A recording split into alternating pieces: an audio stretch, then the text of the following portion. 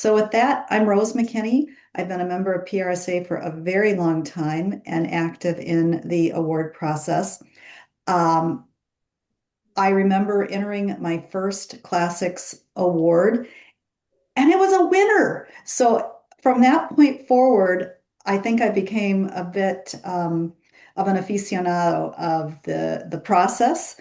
And sometimes I had winning entries and sometimes I didn't, but it's always been a great process and something that's been part of my entire career. So although the awards have evolved over the years, it is something that is really consistent, and Minnesota has a great legacy of award entries. So with that, I am joined by three very experienced award participants and winners, Tracy Carlson, Sarah Grossman, and Bill Brozak. I'll have each of them introduce themselves and maybe share something about your first award or your connection to the award participation. Tracy, why don't you kick us off? Great. Well, welcome everybody. I'm excited to be here. I'm Tracy Carlson. I'm a director of corporate communications at Boston Scientific. And prior to that, I had 20 plus years experience on the agency side. And that's where I did most of my award entries. So excited to share some perspectives and excited for all the energy and interest for the Minnesota PRSA Classics.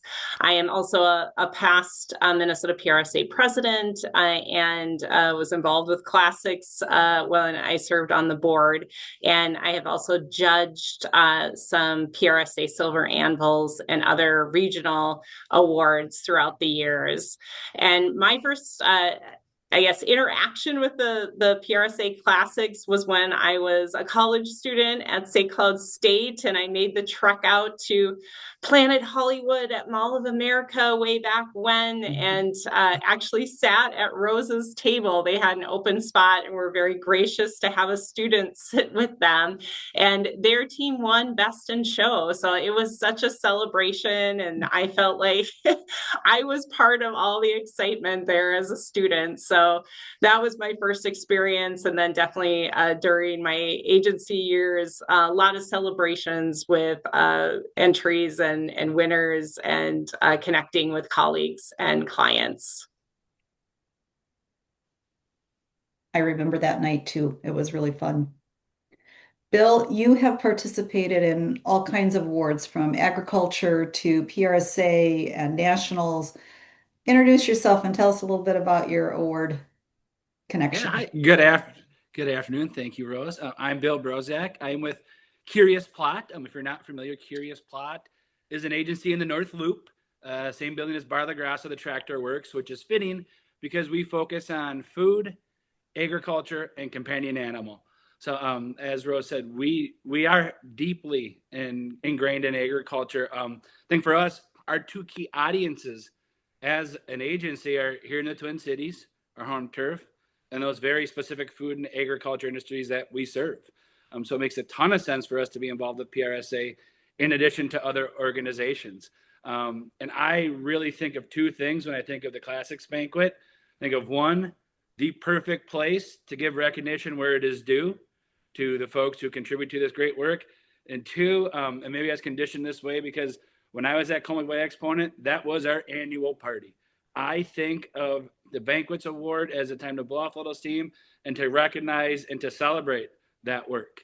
And I've had that ingrained in me since my first Classics. Way back when at Thunheim, where my first day at Thunheim, I was clipping out newspaper magazine clipping, gluing and taping them to a 8.5 by 11, and then photocopying them. So this might be technology that not everybody is familiar with. But we threw up a Hail Mary for a small client DTN in the media relations category, and we won. And we had the most fun. A small team of us took that pillar. We went next door to Glicks. I believe the banquet was at the Graves that year, and we literally took the trophy out on the dance floor for an extended period of time. So ever since that moment, umpteen years ago, I've just held this program in such high regard, and think it's like many other things in PR. Just you get out of it what you put into it, and you get so much out of it when you put a little bit into it. So much wisdom in all of that. It is a celebration and it's a great time with team. And we hope that we encourage you to participate, but also to come to the event. But more about that more about that later. Sarah, let us know, how are you connected to awards? Yeah, I'm Sarah Grassman. I'm an associate director here at Belmont Partners. We're an agency based in Edina. And really, I've got experience with both classics and like Bill, and I'm sure Tracy too, several other awards programs. So it's been really great to see over the years. How you can learn from one and apply that to others, even judging criteria from one to the other. There's just so much information available to be able to help really create those well-rounded entries. When I think about my first interaction with PRSA Classics, it was really shortly after I joined the agency here. So I spent the first chapter of my career working in professional baseball in some different spots around the country, moved back home to Minnesota and moved into the world of PR agencies. And it was just such a great introduction to the Twin Cities PR community. And really, I just remember being at that event, being able to celebrate the great work that the Belmont team had done the previous year, but also just get to see the camaraderie, the really high quality work that was being done here. And I just remember being energized thinking about all the different types of possibilities that were out there as I embarked kind of in this next chapter, and the great people that I would get to meet and work with along the way. It is very true. So with that, let's jump into what makes an entry stand out. What makes an entry strong? And you'll hear all of us talk about there's good work and there are good entries. And sometimes they're the same things and sometimes they're not.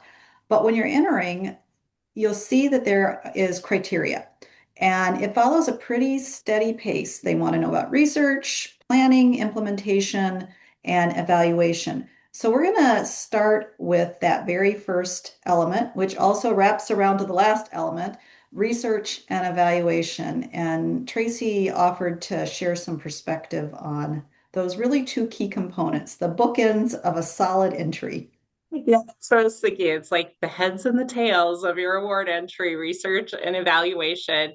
And I was thinking that research sometimes can be a barrier if you want to enter an award, because sometimes people are scratching their heads and thinking like, well, I didn't really do much research. And I encourage you to really think deeper because I can guarantee you did do some research. So think through, of course, the common areas are if did you do a survey? Did you do a focus group? Now, those are more the formal aspects of research, and a lot of campaigns don't do those, but there's so much additional research. If you were doing secondary research and looking at online and using even chat GPT, as long as that human element is in there and you're reviewing what comes out, all of that is part of your research. And even connecting with the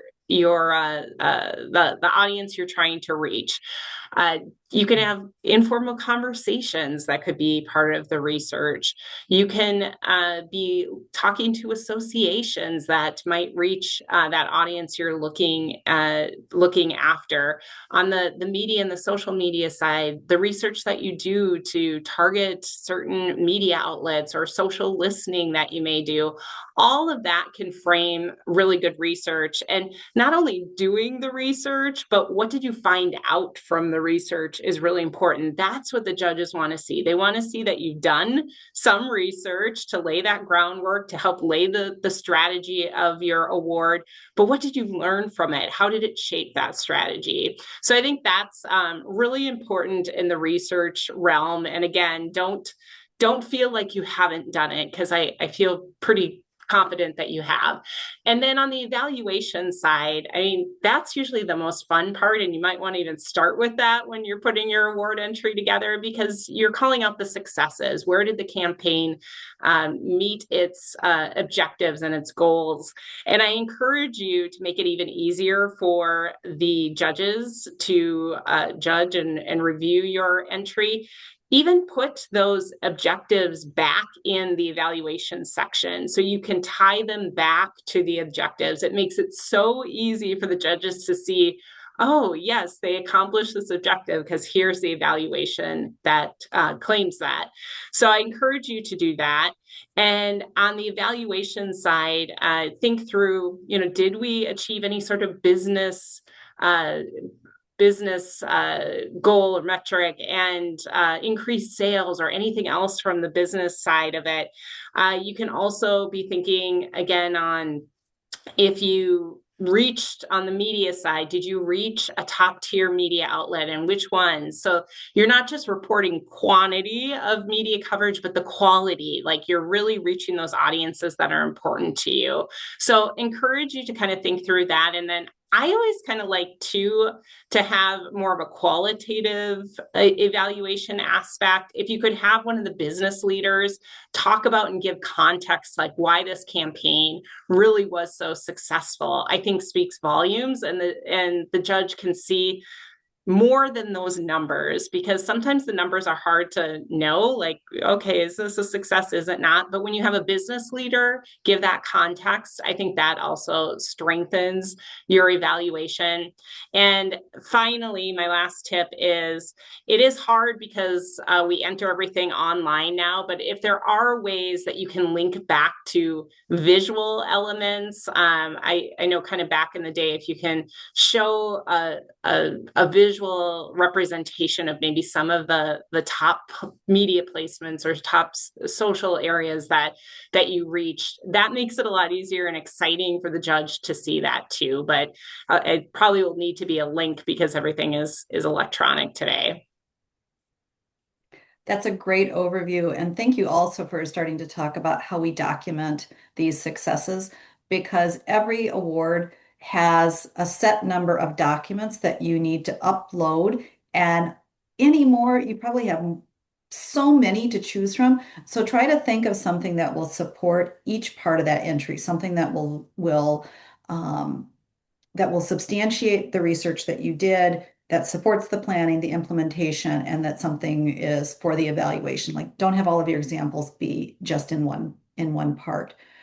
So as you're putting the framework for your award together and you're thinking through in your mind, what did we do to inform this program and how did we measure this program? It's also really important. The judges are looking for the planning elements. So, Bill, what goes into the planning and what do you want to showcase in an entry so that the judges get a clear picture of how you approached the opportunity? Yeah, right. I think planning is just the time for us to put into PR specifically to avoid math. But planning is the spot where we show our math, right? We show that we're communicating with a purpose, right? That we're connecting to the key audience and why they matter. And to even Tracy's point on evaluation, we might not be going for 1 million impressions. We might be going for a couple specific publications, targets, audiences, influencers. I think planning is really the time to flex your muscle. If you're tying your PR tactic or strategy to a bigger brand initiative, you'll make sure you're going ahead to do that. Being able to tie what the real world is and what the business objectives are and how we're going to fulfill that from a PR standpoint, is incredibly important, especially if we're talking about, bigger campaigns. If we get out of elements into campaigns, there might be multiple workflows, multiple work streams, things working together that we need to showcase that thinking behind. Because when you're in 1-page, 2-page formats, it gets tough once we get into execution to really explain. So I feel, the planning is the most important place to ground people with who we're talking to, how we're trying to influence them, the thinking behind that, and the why we're taking the route to get there, just to help lead folks along, right? From that research through that strategy from other programs, I will say, not necessarily classics. I see as that's the spot that people glance over as they're going through their list. And that's just such a miss. Because if there's any tactics, even from an agency standpoint, right, I got to make sure that ladders back to something bigger, the bigger picture, right? That's how we sell ideas in, no matter what our role is within PR. So, planning is really that chance to show our math, right? To make sure and to set up.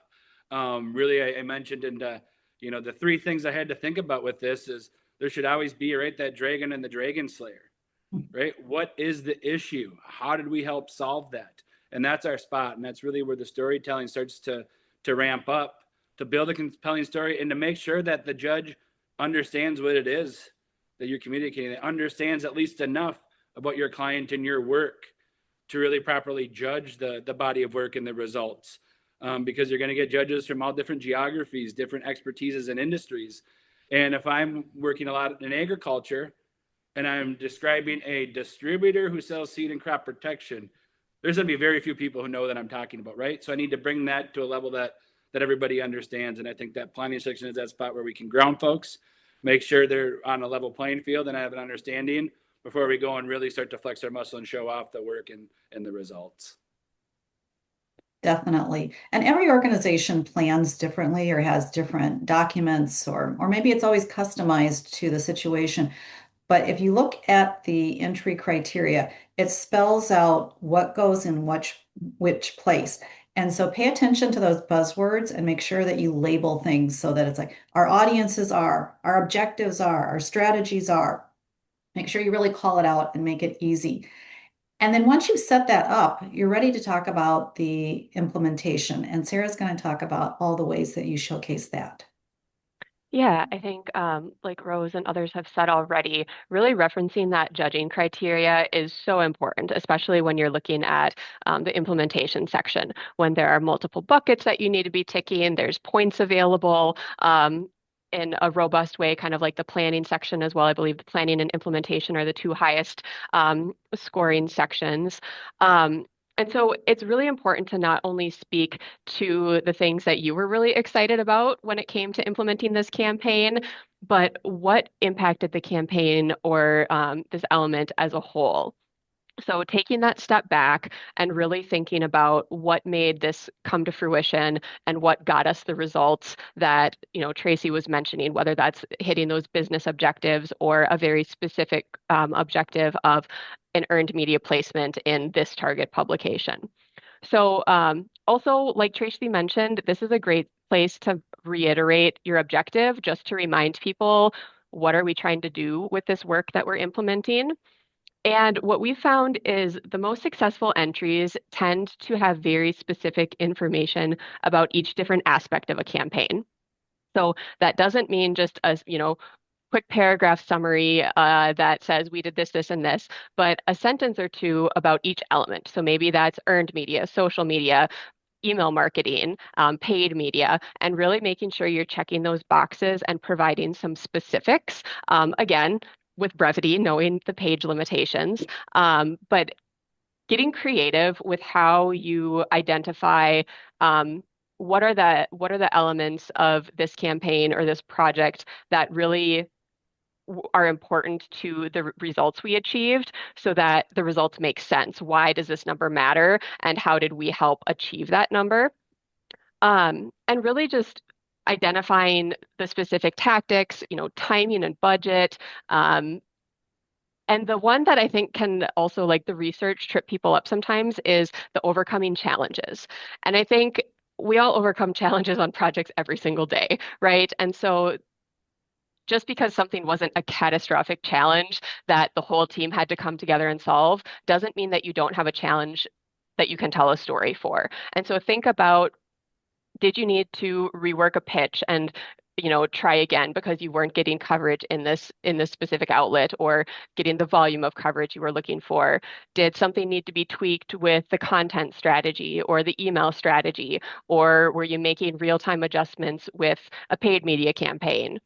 Are you navigating things like, oh, we're really promoting diversity, equity, and inclusion, but our visuals don't really represent that. So how are we going to update our visual library so that we can really achieve the objectives of this campaign? So thinking about things kind of from start to finish and being able to tell that story about a challenge, whether it was something really big, that's a really great success story for you to tell, or if it's kind of some of the more day-to-day stuff that really just helps the judges be able to see your critical thinking, your reasoning, your problem-solving skills, to reiterate that there was a strategy and plan at the forefront of the implementation.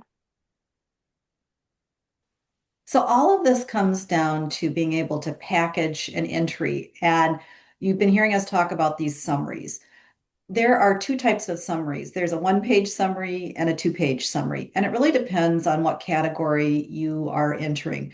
So we're going to spend a little bit of time and just make some distinctions between the programs, which are full-on programs or campaigns and very big picture, and so you get a two-page summary, and then elements, which are tactical pieces that can tie back, and you have one page. And in all of our experiences, we have learned that when you enter something in one category, you also can work it through and make it fit in other categories by calling out different parts and pieces. So panelists, anything you want to add on the types of categories or figuring out where to put it, or can you create one thing and then repurpose it in many different ways?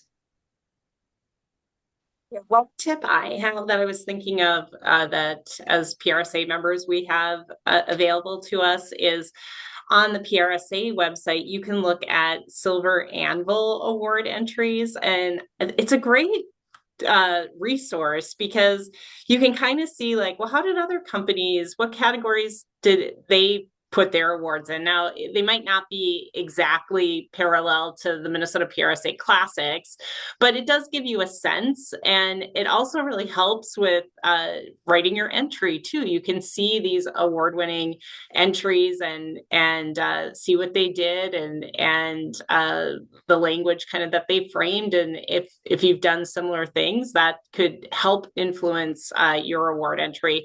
So that's one tip to keep in mind, that's a resource we have available.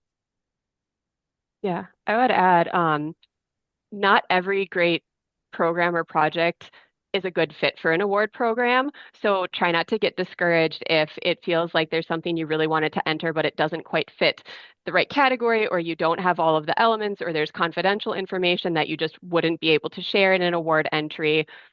And so we were talking about this the other day, the three of us with Rose, how really it's not a representation of was the work good or not, if it's a good fit for an award program. It's does it fit the criteria? So I think that's what my biggest recommendation really is to make sure before you start digging in and spending the time to really work on an award entry that you really do scour that judging criteria and the different categories to make sure that you feel confident that you can compile everything before you dig in, knowing that there's absolutely nothing wrong with not being able to enter something that you're really proud of. It just might not be the right fit for this. So kind of going in with that open mindset of not trying to force a square peg into a round hole, because that's probably not the best use of your time and resources. Yeah, and I think I view going between the campaigns and the elements. It's not an either or, right? It could be a yes and. I think some of our most positive experiences at the Classics have been around bigger efforts and initiatives, right? Where there might have been a great social campaign that was a part of that, or might have been a great news release, and we enter both, right? We get specific with the element, and we include some of that that's in the campaign, so we are able to repurpose some of that. But really kind of copy, pasting, rinse, repeating generally doesn't yield greater returns to the point of being very specific.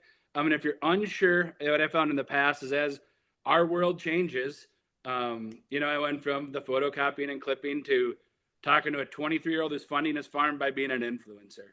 And I know in the past at our agency, we're like, where does this influencer thing fit? Well, there was one category that dealt with influencers. And what our campaign and what the description wasn't apples to apples, but pretty dang close, right? So we had to take that calculated risk to enter that, right? That risk pays off. So I think it really is kind of looking at them, but thinking of yes and thinking of you have year-long campaigns that maybe were pretty ho-hum, but you had one tactic that really stood out, right? Then enter that one tactic. Where on the flip side, I've had, there's nothing that stood out, but when we look at the full body of the work, dang, that's pretty impressive.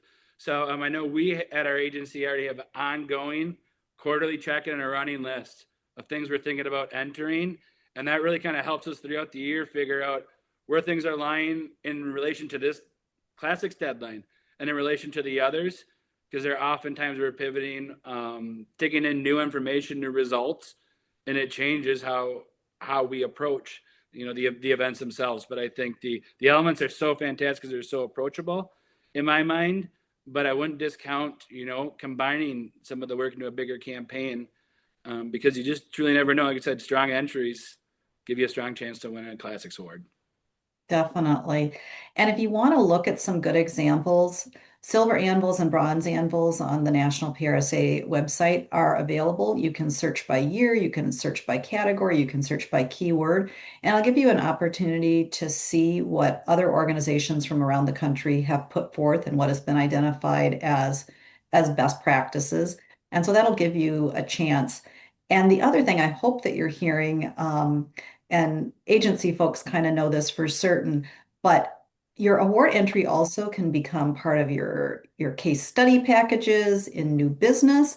If you are a job seeker, this becomes a great way to think through your work and present it to a prospective employer.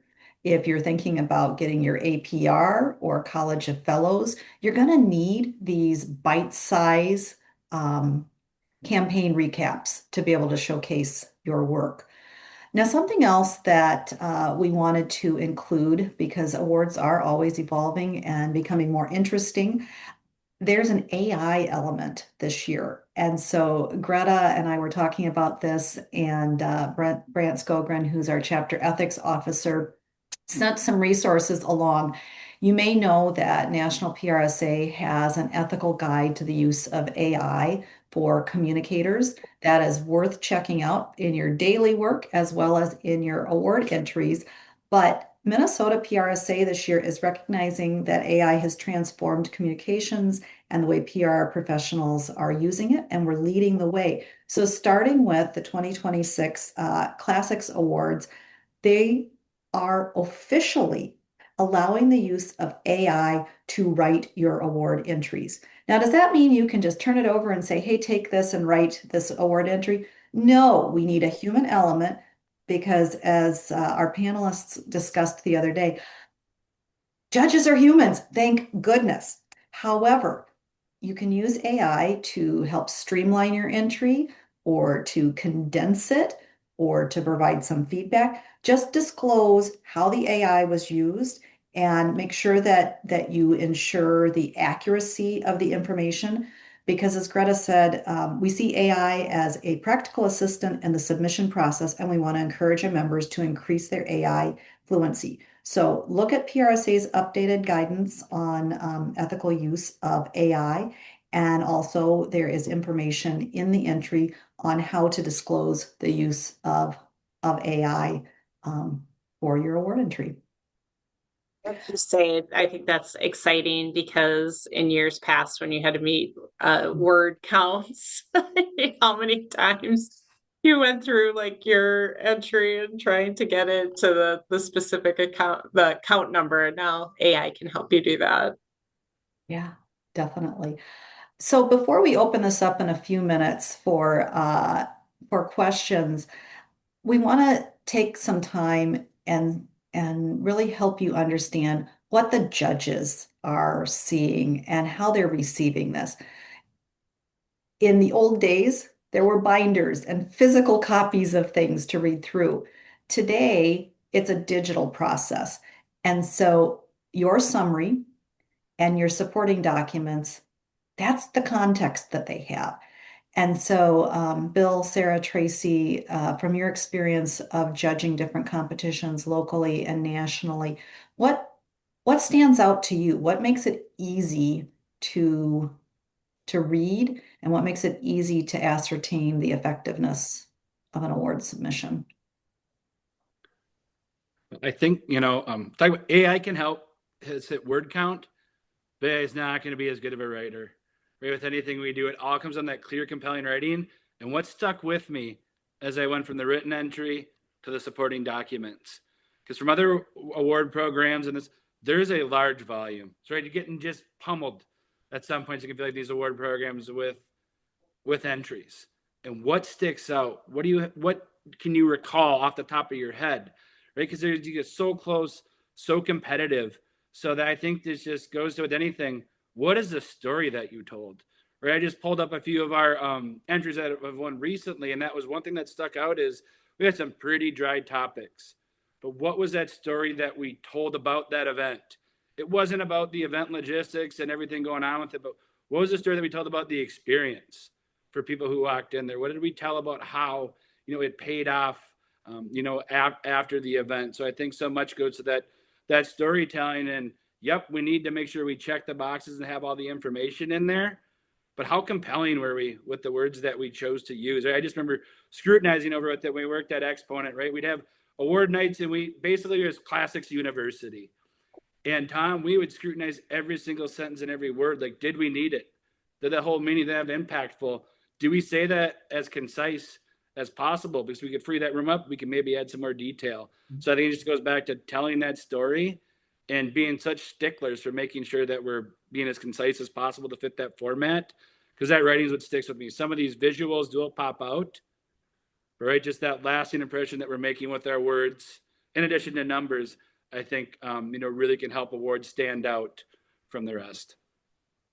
And most of the time, the judges have the ability to look at what they want to look at in the order that they do.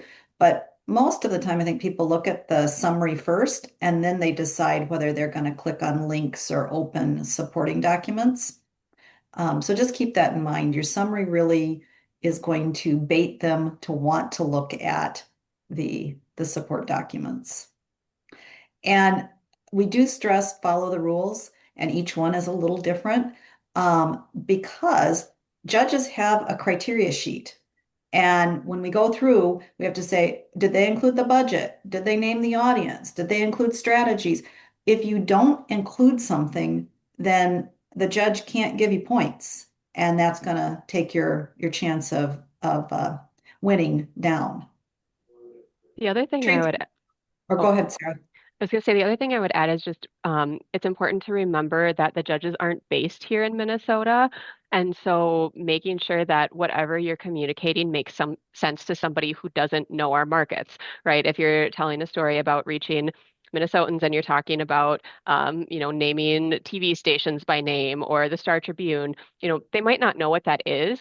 So if you're going to mention the Star Tribune, maybe it's, the largest daily paper in the state.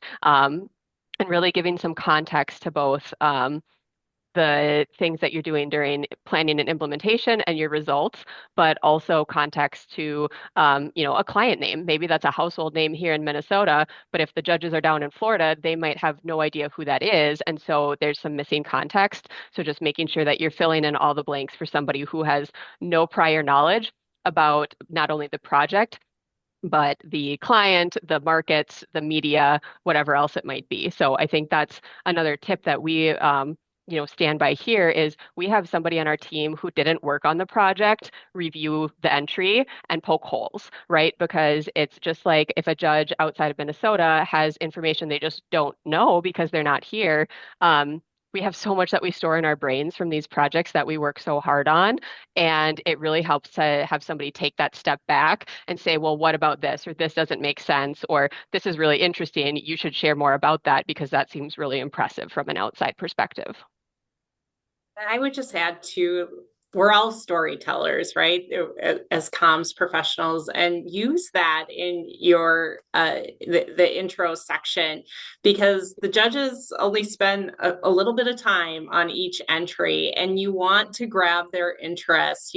Show the emotion around this campaign, show the conflict. I know Sarah was talking about that in the implementation side, but if you can show conflict, I mean, that's what makes a good story. And you want to frame this as a powerful story, an award-winning, campaign. So put your storytelling hat on when you're working on those intros. Think of each of the four parts as being a chapter, and you give a little intro at the top that's a summary, and then you go into each of the chapters, and by the end, and Tracy, you said this early on, match up your objectives with your outcomes so that at the end of that story, they can remember, oh yeah, this is what we were trying to do. Or Bill, you used the Dragon Slayer. Make sure the characters are there. And it's like you know it instinctively. Let the summary be just like you do with feature stories and case studies and news releases to tell that complete story. Panelists, anything else we want to impart before we open it up and get some questions from our fellow members? I did forget one thing when I talked about the planning piece. Be as specific as possible. I think it came up some other spots, but we're talking about key audiences. We're not targeting the general public. I don't know anybody who's going to hit the entire country or the entire globe. So I think adding in who it is you're trying to target, to me, as I go through that, that's such a helpful. And that's, again, if we get down to splitting hairs between one and two because they're so competitive, yet we have all the supporting information, but being as specific as possible instead of just checking that box really helps make a stronger entry. That's Yeah. something else to think about. So in some of the award competitions, each judge puts in their information and then it's just the top number is the top winner. In some of the national things like a PR week or Silver Anvils, there's discussion opportunity, and those judges then sit there. And so you might have something that got 89, 91, 93, and there's this little back and forth conversation. And if you ever get the opportunity to be a judge, sometimes they require APRs, sometimes they don't. It's a wonderful learning opportunity because it's like when you look at somebody else's resume, you see so much more in it than what you see on your own. Yeah, Yeah, what I was thinking of was that you get sometimes I think with classics you get the judges some notes from them and take that as a learning opportunity because there's really good nuggets that help you build on your skills for writing award entries on what is shared.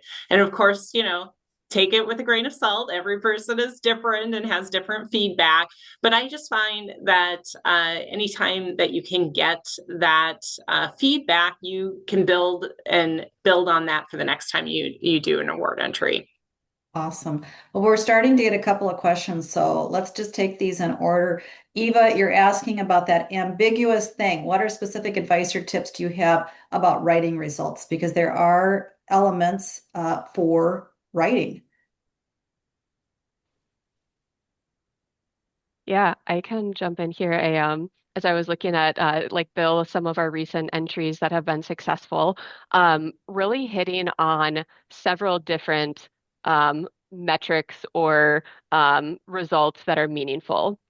So, one example I can think of included everything from tourism tax dollars to earned media impressions to paid media campaign results. And then it also included things like hitting our objectives of really showcasing a destination as a welcoming place for all. So highlighting how we did that. So hitting on both those quantifiable and more subjective results that having hard numbers is not going to be replaced. If you don't have numbers, I find it hard to see a path to really being a winning entry. But being able to add that storytelling around it is also really helpful.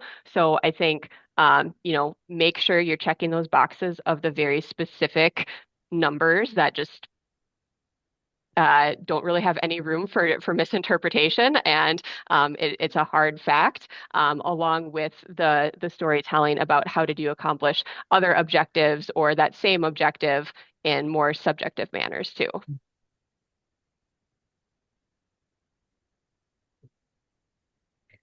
Another question, Vivian, do you recommend labeling, titling the four parts or just simply divide it into paragraphs?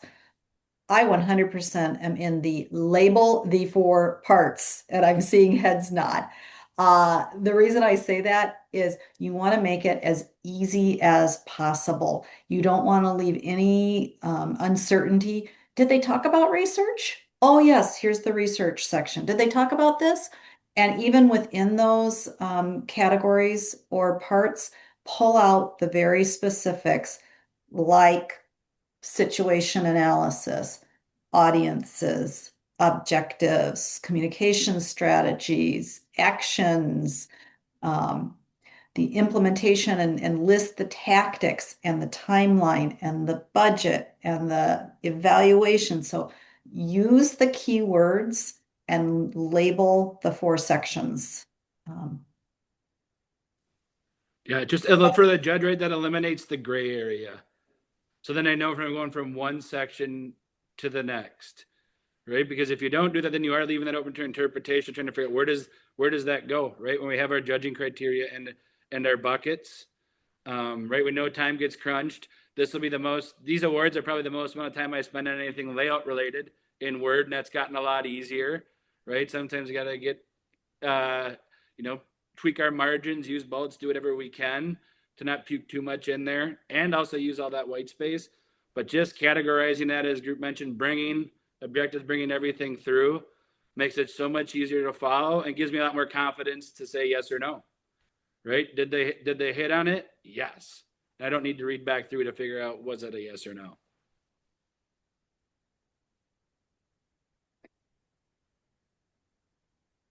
Sometimes people have programs that they have that they work on over multiple years. Maybe our panelists can talk a little bit about how programs evolve and being able to enter something, use the research from a year ago and then update an award entry. Any thoughts on those perennial award winners?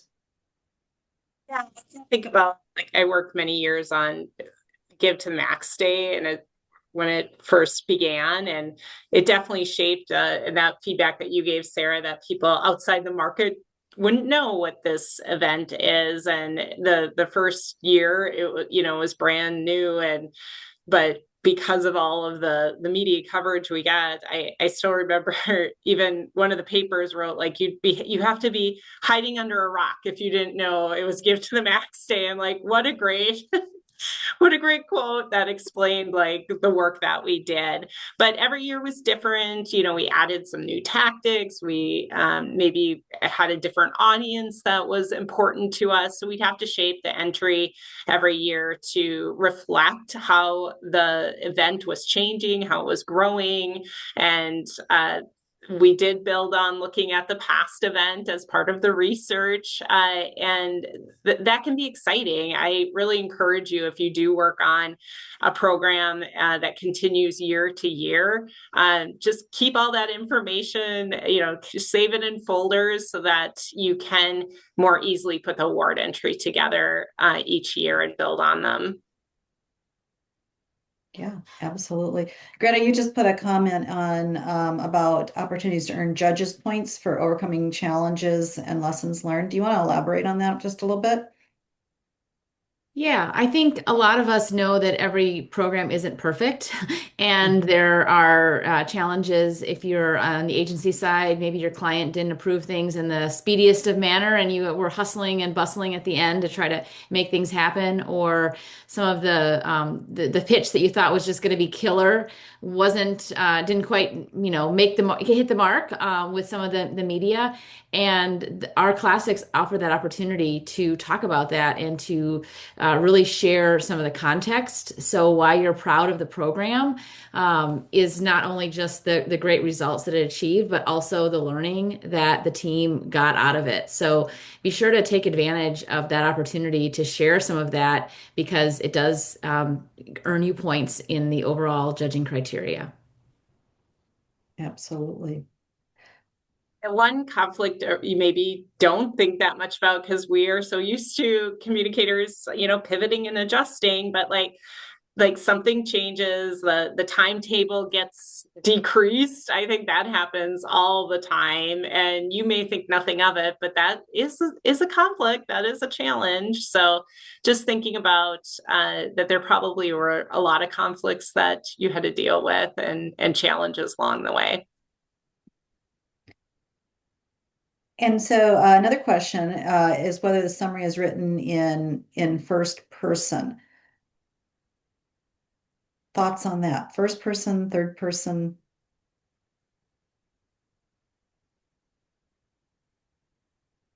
For the Yeah, most part, I see third person.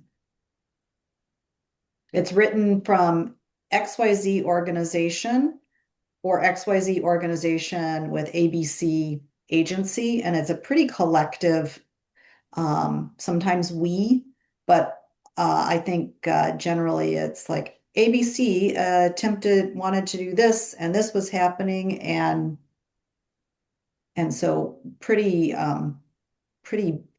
global in the person.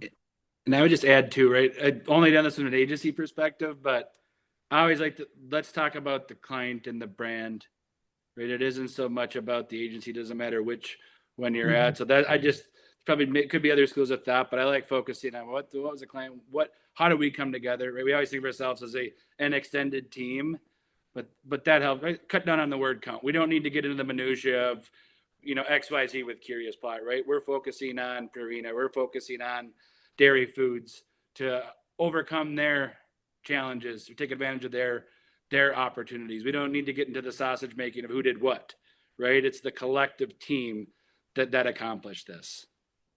Yeah, I That's think that's a point. Yeah, and I think kind of how we like to approach things is a lot of times kind of the different parties are part of the story. And so using that quick summary to set the stage, because that again shows some of the complexity, some of the challenges that are overcome with working with multiple parties to identify those when it's appropriate, and then kind of shifting into that we language. Since we, how we work and how I know a lot of folks on this call work, is really kind of that extension of a team mentality. That can also be a really great opportunity to go back to a client and get a bigger picture. So maybe your role was this, but it's part of this. And so that's really what you're trying to present is the big pie. And sure, you might only be responsible for one slice of that, but there's probably a lot more context and a lot more that goes into it. So I'm seeing another question. Love this. I'm a student applying for student awards and worked with businesses to create deliverables for them. Should I still use third person? Yes, recommend third person. And great to do student awards. Let's take just a minute and talk about that progression. There are some really neat opportunities for students to either submit campaigns or to showcase work and really encourage that because, again, it gets you in the mindset of thinking through a program and it creates some great assets that you can use in your job search. Yeah, I don't know if there's any more students out there, but if you have student-run firms in your PRSSA chapters, great work that could be award entries. So just think through that, and then the personal work is great as well. Yeah.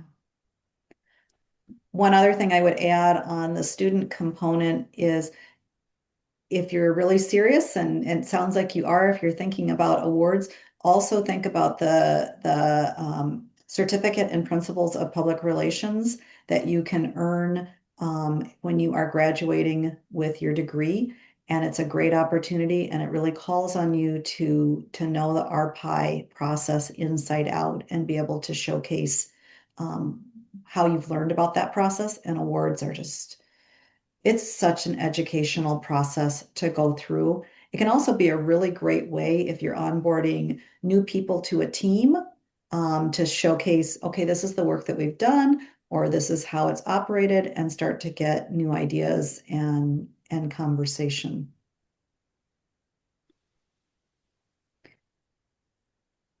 So as we open this up and look for any other additional questions, I thought I'd recap a few of the things that I've heard and make sure that we pull that forward. Follow the instructions. So if they ask for strategies, give them strategies. If they ask for budget, and they do, include the budget. Sometimes there are questions around that. You don't have to be 1,000% specific, like it was $894.23, but you can talk about it in the broader sense. And what the judges are really looking for on budget is to really ascertain, is this adequate? And did the results surpass the investment in that program? So the budget is more of a context thing. And sometimes I've been blown away as a judge when I say, oh my gosh, that's all you did and you had $1 million. And other times you look at it and it should not scare you off because I've had some very small budget programs that have done very well. And so the dollar of your budget doesn't determine whether the program is good or not. It just gives the judges context for the effectiveness or the smart use of a budget. Supporting documents, we talked about that. So you are limited in how much you can share, but when you go through your summary, think about what are the pieces that will help bring this to life or that will verify something or just give it the personality that the story deserves. It's sort of like having a chapter book, but you do need a few pictures. Never ever fail to specify objectives and outcomes. And remember, outputs is not the same thing as outcomes. Outputs are the things that you do, and outcomes are what matters, what happened because.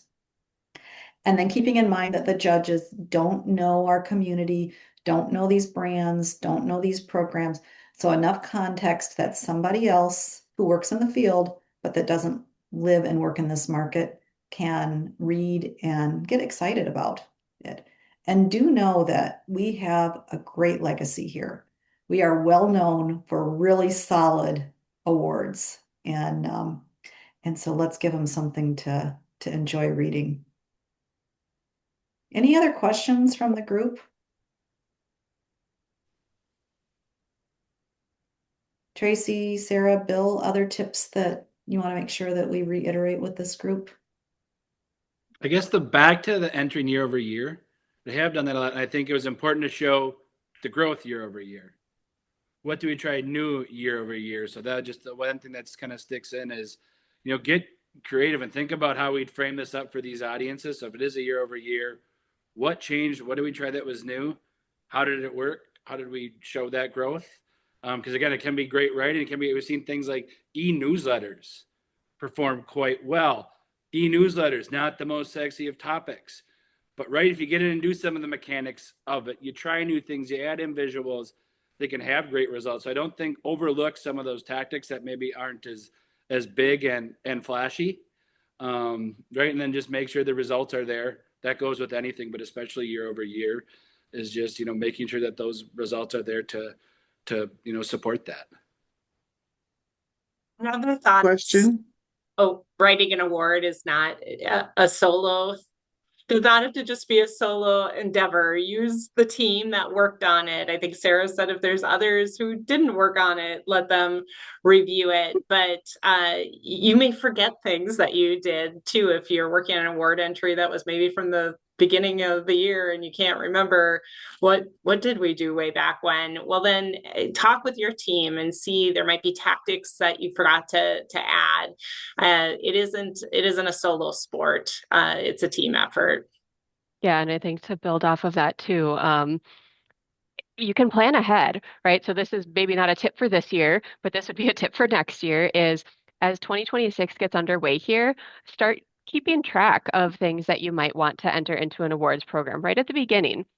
A lot of times we might have a gut reaction of, ooh, this is going to be a really strong program or element. Let's maybe start compiling some details right now so that it's going to be that much easier when it's time to enter it into awards programs. So that might be something as simple as just starting a file that you dump, the final versions of a few things so that you can revisit that when the time comes. Maybe it's starting a quick spreadsheet so you can track a few key metrics that you know, or maybe it's writing a quick paragraph of the research you did while it's still fresh instead of going back, 8, 12 months later and trying to remember, okay, what did we exactly do to get to this point? Because like Tracy mentioned earlier, everybody does research before you start things, whether it's formal or informal. So think about how you can plan ahead, especially for a program like Classics where the requirements are somewhat similar year to year if you're looking at similar categories. So you at least have that kind of starting point where it doesn't feel as daunting when it's coming time to dig in and start writing. It's a muscle. Eva, you've got a question. Yes. So when you're an internal person, when you figure out the budget, is expected to add in your time as a salary employee, or is it just a budget for, like if you had an agency or if you had outside expenses? What do you recommend for that? And conversely, if you're an agency, is it just what the client paid the firm, Or is it also like adding in the expenses, or it's just expenses for the budget? Curious about that. On the agency side, I can say that we typically, started with what we were paid to do the campaign. But yes, if there was expenses, we would include that number in the budget. If there was something that we didn't work on that might, have been a big part of the campaign, that could be added into the budget as well. Agree. It's thinking about were there hard costs, outside costs, like did you purchase something? But then, yeah, was there a budget allocated for this program and did it cover off on? And so to disclose, again, you don't have to get down into minutia, but to disclose like this budget of X included agency fees, purchase of an ad, purchase of a website URL, printing, and whatever. And so to at least provide a little bit of context as to how that budget was divvied up. And you could look at it in terms of hard costs and consultants. I don't know that people usually specify salaries for employees in those costs. They maybe look at it more in terms of the actual campaign itself versus the people. Yeah, I would agree. And I think that's just another spot where specifying what you're describing, as Rose was indicating, makes sense, right? So you can provide your number and then detail what that includes for you here, knowing that it's never going to be apples to apples with what each entry is providing. Thank you. As a follow-up, would you state the original budget you were given for the project? And then in your implementation, say, we say we were under budget or we were over budget, or just go with the total budget that you had at the end for your budget? I think about it strategically as to, I mean, I think it's always good if you can say, hey, we were under budget and we exceeded our objectives. Or if that's one of the challenges that midway through we found out it was gonna be more. And so if it's relevant to the story, absolutely. It's sort of Bill, you were talking about, cutting words and it makes me think of Hemingway and whether or not, it's true and necessary. And I think it all comes down to you want to be honest and truthful, but you want to provide the context that supports it versus just providing information for the sake of information.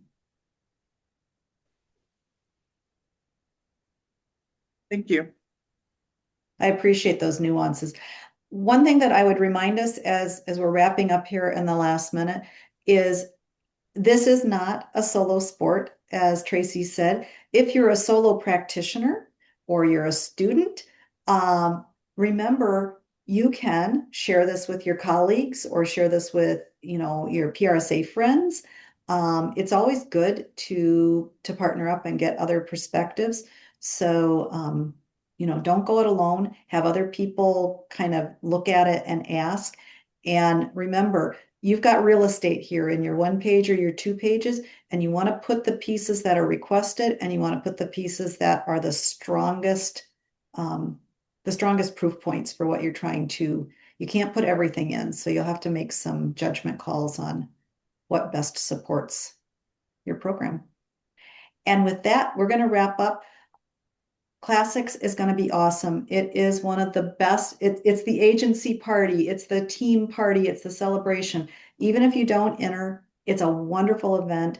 And I hear that this year it's going to be focusing on some fun and networking and learning. And so come out and support our membership and our industry. Look forward to entries and let's make this an exceptional Minnesota Classics year.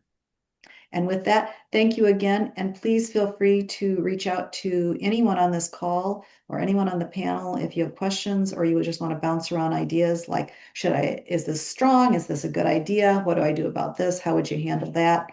We've all got our ideas And ultimately, you get to make a judgment call and enter your best work. Thank everyone. Thanks, everyone. Thank you. Bye. Bye-bye.